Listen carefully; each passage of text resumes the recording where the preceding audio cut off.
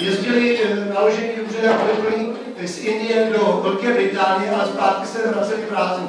A co jsem jako četl tu story, tak jeden sládek, myslím, že Bourbon, někde blízko Londýna, dostal nápad, že uvaří takové pivo, které by přežilo asi tu dvouměsíční cestu, tenkrát lodí, že plavitící, která nebyla nějak chlazená, aby přežilo tu cestu v teple horku spíš do té Indie a tam se ještě dalo pít. Tak uvařil pivo, silnější v alkoholu. Tohle naše pivo je 15.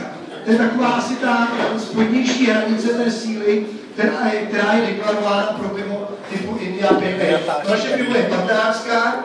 A ta zajímavost, nebo to, co udělalo zajímavého v tom pivu, aby to pivo přežilo tu cestu, je, že to pivo uvařil silnější, ale hrozně ho ochvelil. Ochvelil ho hodně chmelem, protože chmel sám o sobě má v sobě bakteriocitní látky, má antiseptické účinky.